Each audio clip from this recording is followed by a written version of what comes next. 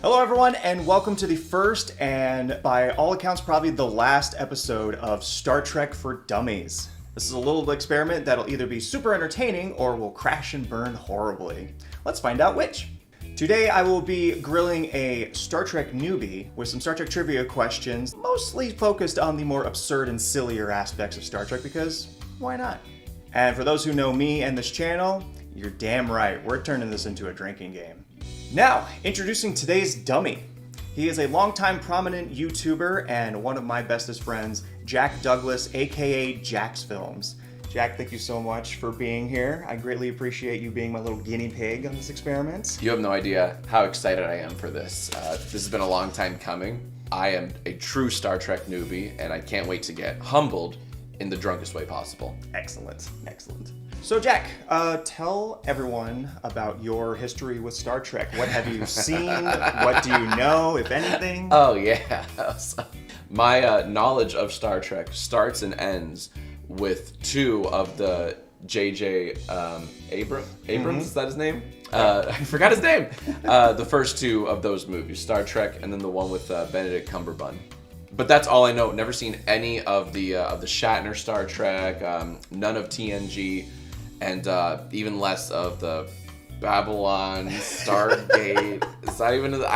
So very much a noob. I don't want to overwhelm you, but these questions will involve the original series, Next Generation, Deep Space Nine, Oh my God. Voyager, Enterprise, Discovery, Picard, Lower Decks, and Prodigy. Okay.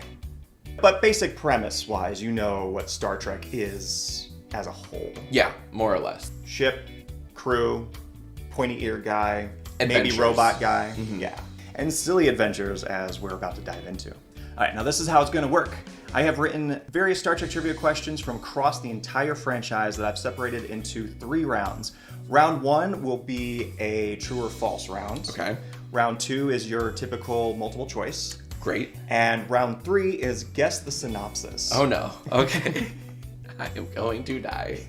And again, all these questions are based off the very silly stuff that has occurred in Star Trek because Star Trek is absolutely ridiculous sometimes, and I think that's worth celebrating.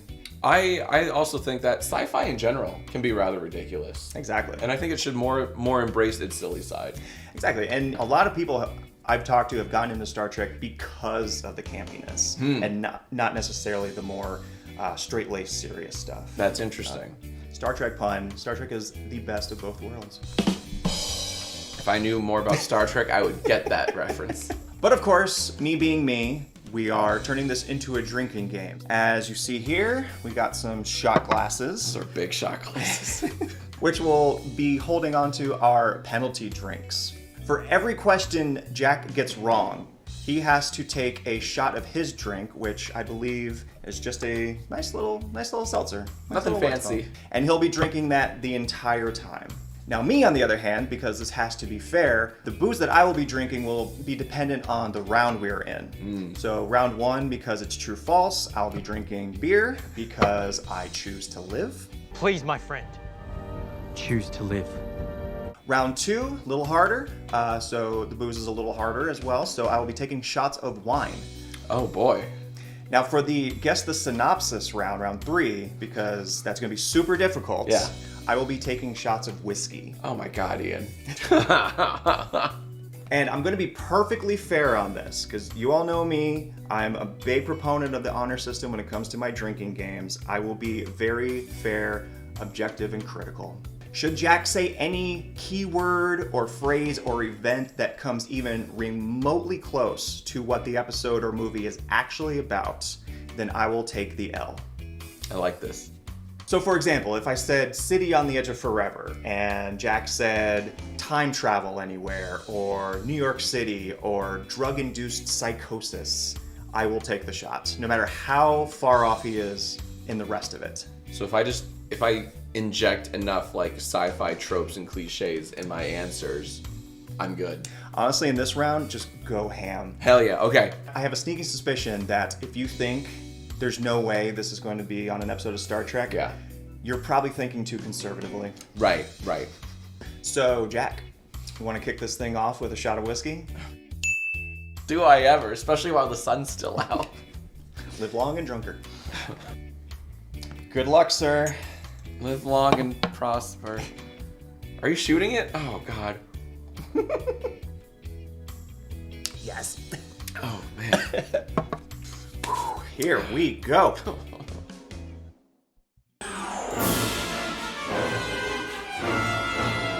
Okay, drinks are poured. You ready? I'm feeling ready. I'm feeling good. All right, round one, true or false.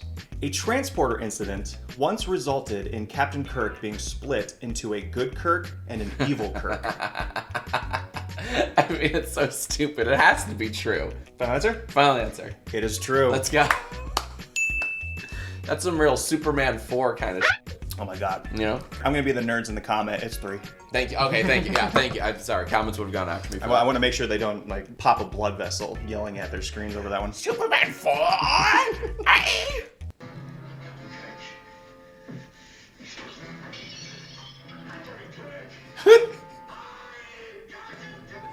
That was a weird inflection. I'm Captain Kirk.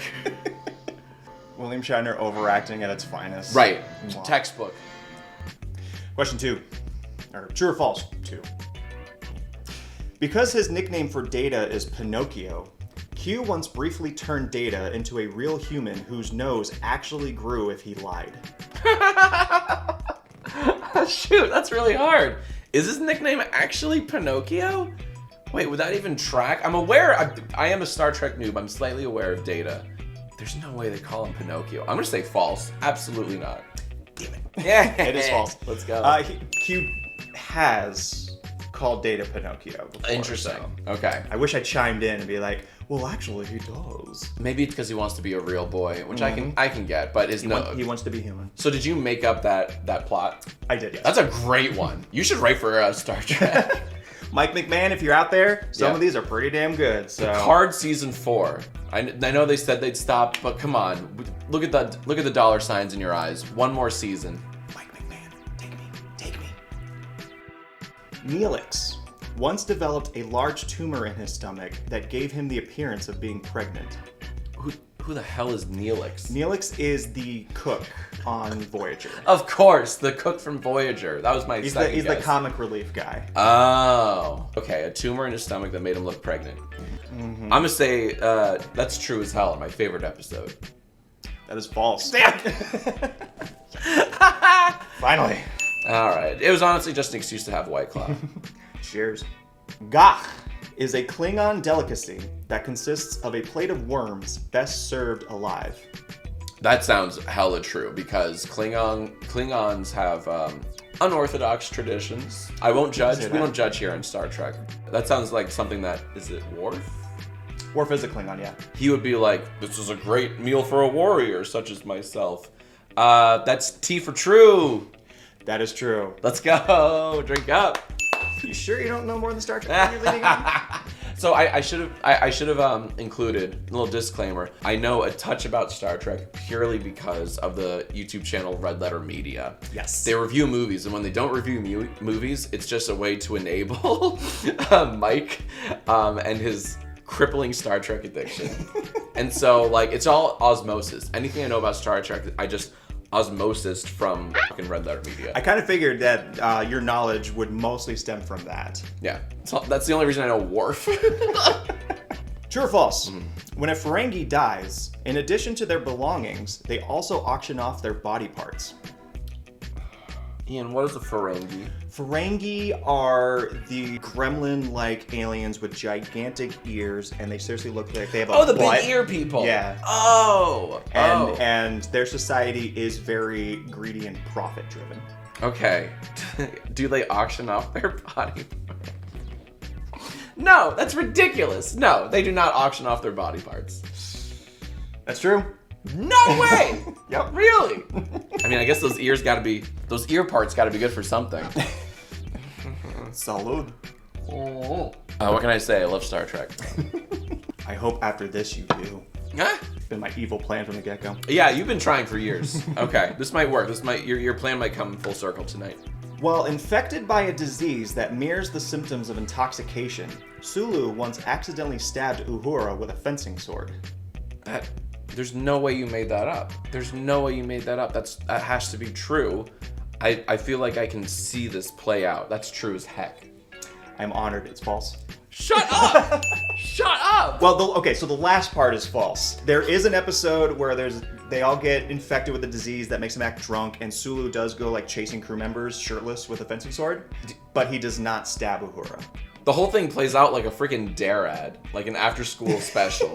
It's like, and this is why you don't drink. This is your brain. This is your brain. This is your brain on a psychotic-induced infection disease. Right. And I'm gonna show you what your brain is like on, 5 shots of White Claw and a whiskey shot.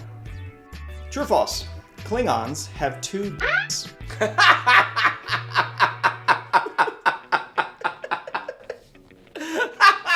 That's false. That's only true on Reddit posts, and even that's not real. That's false. Yeah. It's true. What? Okay, so I'm probably going to get a lot of comments on this one. Klingons, it's been said over time, have redundant everything. Redundant organs, blah, blah, blah, blah. I did not know that. That's funny. Obviously I didn't know it. There's an episode of Star Trek Discovery where they're in a shady city. Uh-huh. They're making their way through a dark alley, and there's a Klingon peeing on the wall, and you see 2 streams. Yo, that's cool as hell. Canon. That's a canon event. Exactly. So yes, it is canon that Troy and Dax likely got DP'd all the time. What's DP? Damn it. I'm too prudish, Ian, to know cool acronyms like DP'd. Damn it. All right, now I know. Gotta watch more porn. I know. Lieutenant Commander Billups will become the ruler of his home planet if he ever has sex.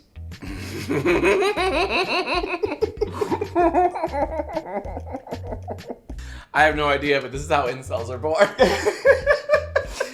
Okay. What was his name? Billups? Billups. Billups. Yeah, he's one of my favorite characters. Billups.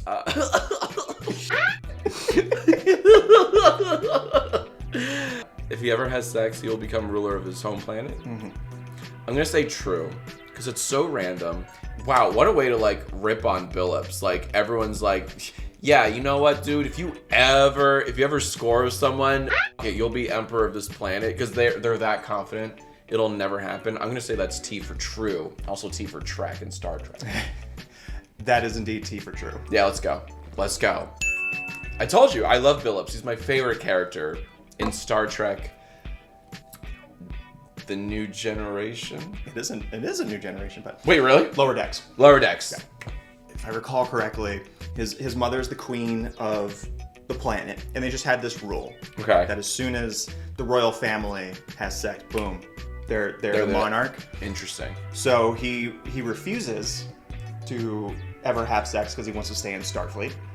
But his mother, the queen, is constantly trying to get women to seduce him. Oh, that's funny. Yeah. That tracks. That tracks. Keep the family powerful. Yeah. Does it track or does it trek? It does both, Ian. A computer surge once resulted in an old Western holodeck program being populated by all datas. Oops, all datas. Yep. Okay, I'm trying to think. I'm leaning towards false because that would require a lot of special effects trickery in a show that not always had the budget for proper special effects. They had to have, if this is an actual scene, they would have had to have multiple, clones of data in the same shot. That sounds like a lot of special effects cleanup, and no way. That's false. That's F for false. I don't freaking believe it.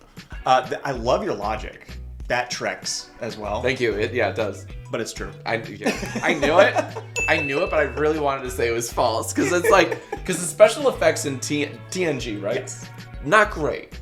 Not terrible, but not great. And also, because of Red Letter Media, I know this.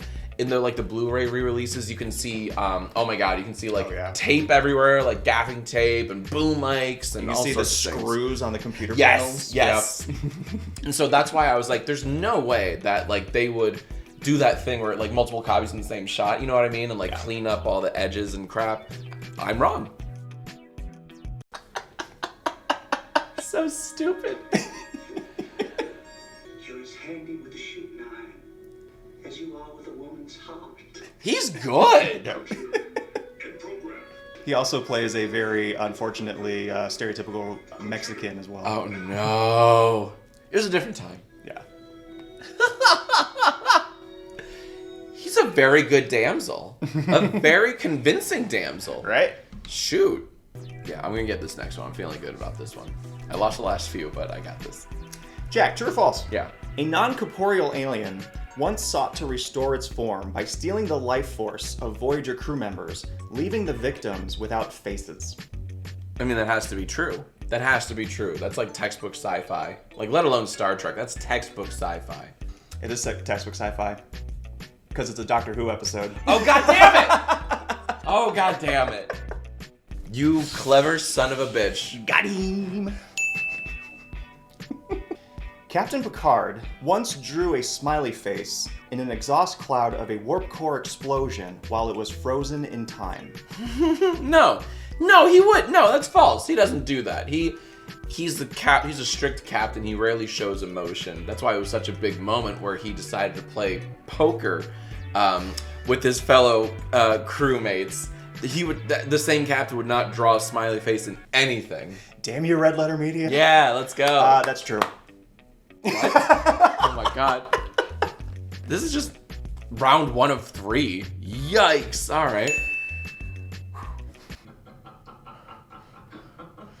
What?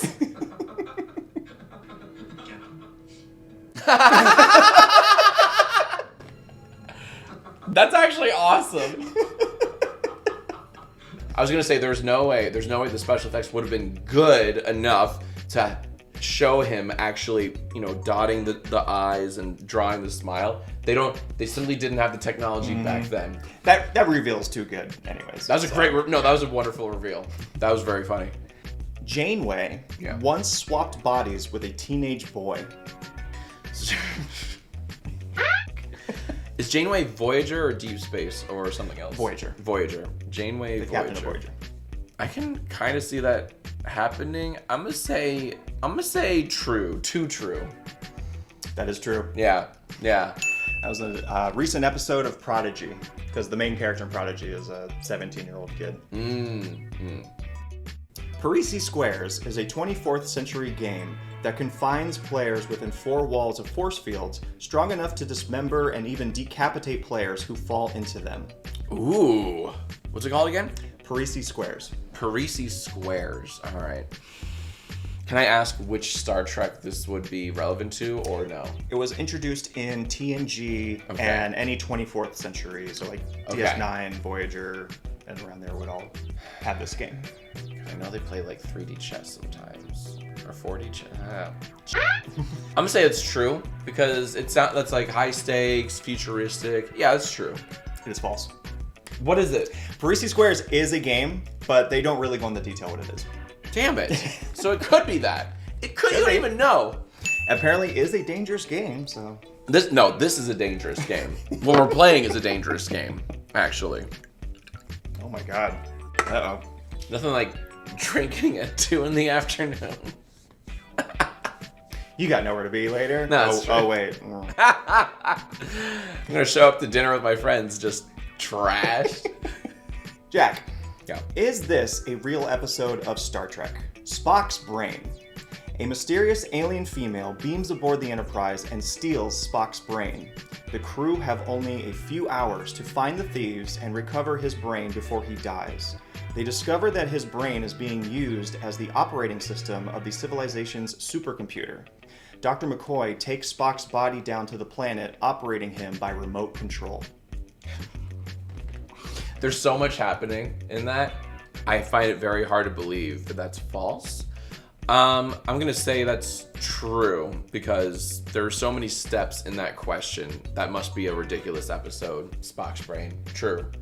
It is true. Yeah, let's go. And yeah, one of the worst ones of the original Oh, series. really? That's funny. Roll the clip.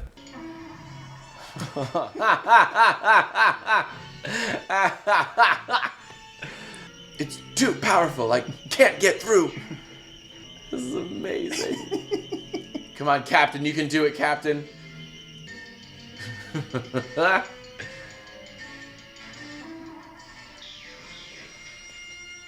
Love that Dream of Genie sound effect. Yeah, that's exactly what that was. True or false? When a being claiming to be God requests to use the Enterprise as his vehicle to venture throughout the galaxy, Kirk replies, "What does God need with a starship?" Ooh. Not only do I think that's true, wasn't that a movie? I feel like that was one of the movies where Kirk meets God. I think that's true. That one's too easy. Let's go. That's a classic meme. That right? Am I right? It was a movie. Oh yeah. Yeah. Yep. Okay. It's the one William Shatner directed, so it was the worst. Right. Excuse me. I'd just like to ask a question. What does God need with a starship? Fair. Jim, what are you doing? I'm asking you a question. Is it? Who is this creature? Don't you know? Aren't you God? Yeah. Fair. You don't ask the Almighty for his help. And here is the proof you see. To be fair, that's fairly intriguing. It has its moments. Huh. Among the many holosuite programs they like to partake in, Yeah. Dr. Bashir and Chief O'Brien's favorite historical reenactment program is the sinking of the Titanic. Why would that be anyone's favorite unless they seek to write it? Unless they're like, this is how we could have prevented it. False. Why would that be anyone's favorite historical event to or program to reevaluate, to relive through? No, it doesn't make any sense. False. I do it. It's false. Yeah. Okay. But it is in line with the things they usually do on the holosuite because they've done the Alamo. Like really? They've tried to actually win the Alamo. Oh, that's actually funny. And there was a throwaway line where they wanted to experience the 300 Spartans. Ooh, cool. Those are cool scenarios. True or false? Yeah. The Borg Queen once sang a big band version of Pat Benatar's Shadows of the Night at a black tie event. That's so random. Ian, that has to be true. It's so random. It has to be true. It is true. Yeah, of course it's true. Big band, come on. And again, I might get another bombardment of comments for this one.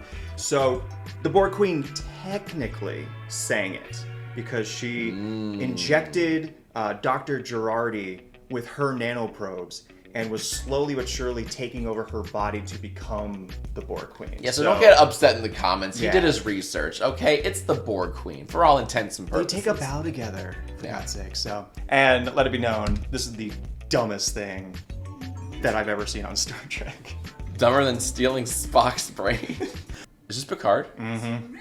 There it is. Oh, that second season. How do you know the music? Right? How do you know the music? Follow my lead, boys. Follow my lead. Finally, the endorphins I need. Ooh, these endorphins. I'm in Oh no. You just got Borged. Did I drink? I forgot. Just in case. Just in case. You should, yeah. And for her. If Jack suffers, I'm allowed to suffer too. Yeah, 100%. I'm suffering, I'll tell you. Pandronians are an alien species that can split into 3 parts and reassemble. I'm gonna say that's true. That is true. It seemed very Star Trek. I don't know what else to say. Jack, Yeah. is this a real episode of Star Trek Voyager? Heavy is the head that wears the crown. Ensign Kim receives a promotion to lieutenant and is assigned command of the night shift. During one shift, they encounter a fleet of generational starships populated by a meek and childlike race looking for a new leader. Because Harry Kim is in command of Voyager at the time, they kidnap him and declare him their new king, give him a golden crown and a throne, and spoil him with feasts, riches, and women at his beck and call. I'm going to say true. But I have a feeling that you're going to say false. It wasn't Voyager. It was Deep Space Nine. I'm going to say true. I'm not that pedantic. Are you? Aren't you? True. False. Mike McMahon, hire me. How's it? Did you write that? I wrote that. What the f? Mike McMahon, come on. You're good. What? Anyone who's a fan of Voyager, as soon as I said, even if they weren't sure, as soon as I said Ensign Kim receives a promotion, they knew it was false. Because in 7 years, that poor guy never went past. That was the hint. That was the hint for the diehards to scream false at me through the comment section. Harry Kim receives a promotion. False! Right. And the final true or false question. True Okay. or false? When a pregnant Keiko O'Brien is severely injured in a shuttle accident, in order to save the baby, Dr. Bashir transplants it into Major Kira, who must then carry it to term and eventually give birth to it. Which show is this? That's DS9. Oh, of course. All of that sounds very sci-fi.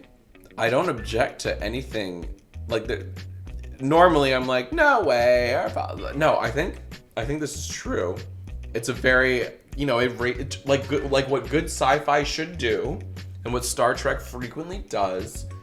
Ask those big questions, like carrying a baby to term in another mother's belly. All that stuff. That's true. That stuff is true, or this was true? It's T for true, Ian. It is true. Yeah. So the actress who played Major Kira at the time was pregnant in real life, and that is how they wrote it into the show. TV shows always be doing that. Always be writing in pregnancies.